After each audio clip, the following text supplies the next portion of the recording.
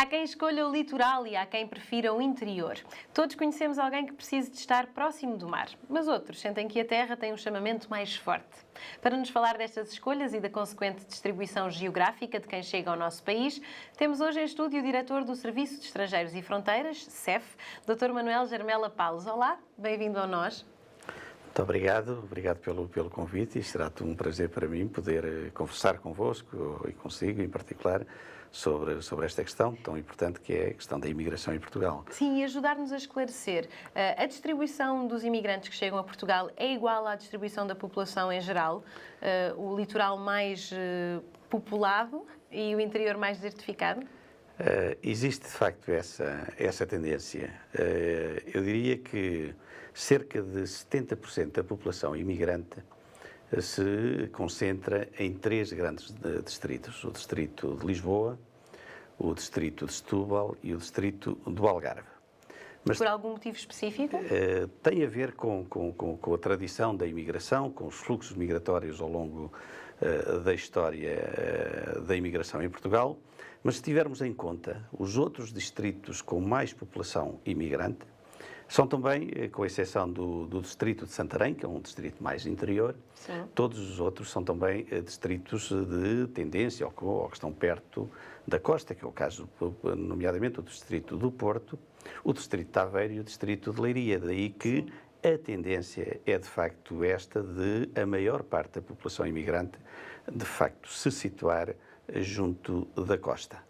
E esta tem sido, de facto, uma tendência ao longo da nossa história da imigração, apenas não diria uma exceção, mas houve, de facto, um fluxo migratório, se nos lembramos, o fluxo migratório que ocorreu no final dos anos 90, nomeadamente de pessoas que vieram, sobretudo, do leste da Europa, em que muitos desses cidadãos também se fixaram no interior do país.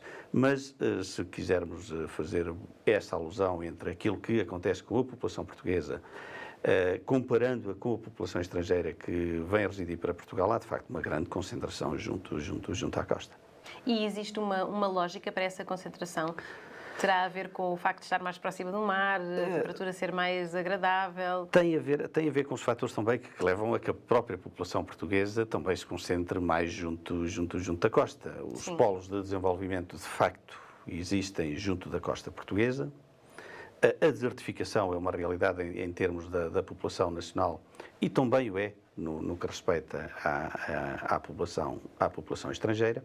Se nós atendermos aos dados de 2012, Sim. em que notamos um decréscimo da população estrangeira em Portugal, isto seguindo uma tónica que já se vem verificando há cerca de 3 anos a esta parte, verificamos... Tem a ver com a alteração das condições do país? Tem a ver com vários fatores. Eu aqui resumiria a 3 fatores. O primeiro tem a ver com a alteração dos fluxos migratórios. Há novos fluxos migratórios. O caso, por exemplo, do Brasil, de Angola, que era um país que tradicionalmente era um país de origem de fluxos migratórios, são cada vez menos países de origem de fluxos migratórios. Tem a ver também com a questão da nacionalidade portuguesa. Há muitos imigrantes que, entretanto, adquiriram a nacionalidade portuguesa e isso reflete-se, obviamente, nas próprias estatísticas dos cidadãos estrangeiros e depois também a própria situação económica do país não é alheia a este fenómeno e que leva a que não seja um país tão atrativo para a vinda de cidadãos estrangeiros para Portugal. Que novas comunidades começaram a surgir com essas novas vagas migratórias? Repara, nós se fizermos uma avaliação histórica dos fluxos migratórios, nós temos que durante os anos 80 eram sobretudo cidadãos oriundos dos países da CPLP, nomeadamente as antigas colónias portuguesas, que procuraram Portugal como país de imigração. No início dos anos 90 e sobretudo por força dos 2 grandes processos de regularização extraordinária, que era aquele que ocorreu em 92, que era o que ocorreu em 96, há de facto uma maior diversidade destas comunidades, embora as comunidades provenientes dos PALOPs continuassem a ser as grandes comunidades de imigrantes em Portugal, mas começamos a ter novos imigrantes. A língua também ajuda a isso. É evidente. Aqui que cada país tem os seus próprios imigrantes, e obviamente que esses seus próprios imigrantes são condicionados por determinados fatores, onde a língua, a proximidade, a cultura, tudo isso obviamente nos aproxima. Mas dizia eu que nos anos 90 começamos a ter uma maior diversidade de países, começam a aparecer com algum significado, por exemplo, cidadãos oriundos da China, alguns cidadãos também de outros países africanos, não propriamente apenas de Angola, da Guiné, de Cabo Verde, de Moçambique, mas a partir dos anos 90 há aí uma mudança substancial na nossa imigração, nomeadamente com a vinda dos imigrantes do leste europeu. Coincide com o desmoronar da antiga União Soviética, com a criação de todos aqueles países e, de facto, com o processo da concessão das autorizações de permanência, um processo emblemático na altura, regularizaram-se em Portugal 188 mil cidadãos, sendo que a grande maioria eram, de facto, cidadãos do leste europeu. O Brasil, durante todos estes anos, marcou, de facto, uma presença permanente nos fluxos migratórios para Portugal, mas no início dos anos 2000, de facto, há aqui também uma alteração substancial da imigração do Brasil para Portugal, em que, de facto, e sobretudo através de um processo de regularização que foi feito nessa altura, o designado processo Lula, muitos dos imigrantes do Brasil também se regularizaram e que a transformaram na maior comunidade de cidadãos estrangeiros, que ainda hoje é a maior comunidade que nós temos de cidadãos estrangeiros. E todos os imigrantes procuram o mesmo? Melhores condições de vida?